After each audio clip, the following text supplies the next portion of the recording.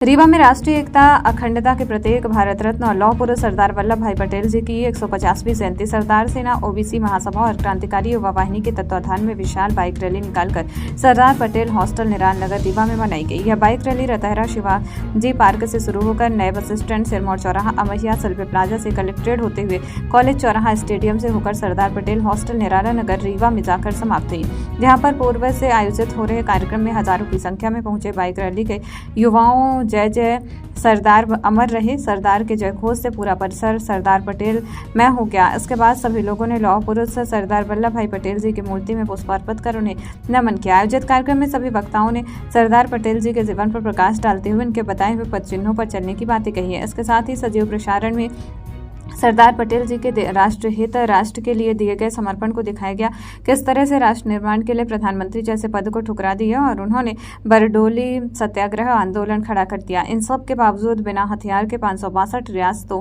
को एक करके अखंड भारत का निर्माण किया गया। वक्ताओं ने कहा कि यदि सरदार पटेल ना होते तो आज पाकिस्तान के अलावा जूनागढ़ और हैदराबाद भी अलग देश होते, लेकिन उन्होंने अपने अदम्य साहस, हिम्मत, लगन और अपनी सूझबूझ से सभी रियासतों को एक करके अखंड भारत का निर्माण किया।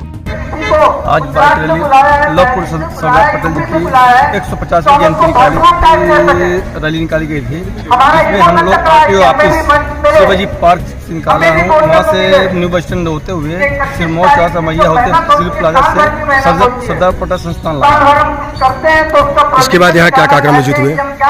हम लोग उनके विचारों को सुना, उनके विचारों को अपनाने का काम करेंगे और विगत कई वर्षों से सरदार पटेल जी के हम लोग रैली कंटिन्यू निकाल रहे हैं, तकरीबन 15 वर्ष से, और मैं चाहता हूँ उनके जो विचारधारा हैं, जो उनके अधिकार हैं, उनके बारे में हम लोग समझे, उनके बातों को अपनाएं, उनके विचारों को अपनाएं। तो सर, इसमें रैली में किसके सहयोग था? इसमें सरदार सेना, क्रांतिकारी युवा परिषद, ओबीसी महासभा और संयुक्त संगठन, कई संगठनों ने अपनी अपनी भागीदारी निभाई और सबने सबका पूरा सहयोग रहा। मैं सबको बहुत बधाई देता हूँ, शुभकामनाएं देता हूँ कि जो जितने संगठन जो समाज के जो भी अपने समाज के इस रैली में सहभागिता निभाई, उनको मैं बहुत बधाई देता हूँ। क्या नाम से? मेरा नाम सरदार सेना प्रदेश अध्यक्ष। देखिए, आज सरदार वल्लभ भाई पटेल जी ने 562 रियासतों का एकीकरण करने का काम किया। उसी तारतम्य में आज उनकी 150वीं जयंती थी, जो पूरे देश में हर्ष और उल्लास के साथ मनाया गया। हम लोग भी रीवा जिले में बड़े धूमधाम से मनाया और उनके विचारों में चलने का प्रयास किया। संयुक्त रूप से हम लोगों ने मनाने का काम किया। अभी तक हम लोगों ने इंडिविजुअल काम करते थे। इस बार 150वीं जयंती के अवसर पर हम सब लोग मिलकर के संयुक्त संगठन के लोग एक होने का काम किया और संयुक्त रूप से राष्ट्रीय एकता दिवस के रूप में मनाने का प्रयास किया। तो इस रैली के माध्यम से देशवासियों और समाज को क्या संदेश देना चाह रहे हैं? समाज को, खासकर मूल निवासी समाज, सरदार पटेल जी तो खैर 562 रियासतों का एकीकरण करने का काम किया था। हम लोग यही चाहते हैं, यही संदेश देना चाहते हैं कि सब लोग मिलकर सरदार वल्लभ भाई पटेल जी के विचारों को अपनाएं, उनके बताए हुए रास्तों पर चलने का काम करें। यही हमारा संदेश है।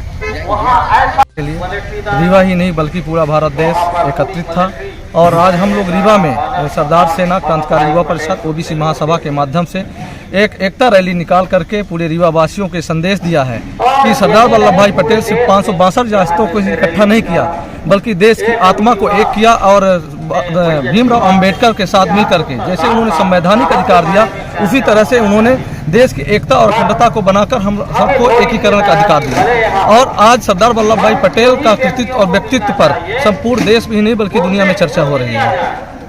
यहाँ पर जो कार्यक्रम हुए कौन थे, क्या आए थे कुछ? यहाँ पर गुजरात सरकार के पूर्व मंत्री झलकिया जी और रामेश्वर पवन जी, जो एक अच्छे विचारक और वक्ता हैं, और सरदार वल्लभ भाई पटेल संस्थान के बहुत सारे ट्रस्टी मिल करके आज इस कार्यक्रम को भव्य बनाने में अपना सहयोग प्रदान। कार्यक्रम में काफी संख्या में सब बंधु थे, क्या लगता है कि उन्होंने आगे से कार्यक्रम आयोजित होंगे?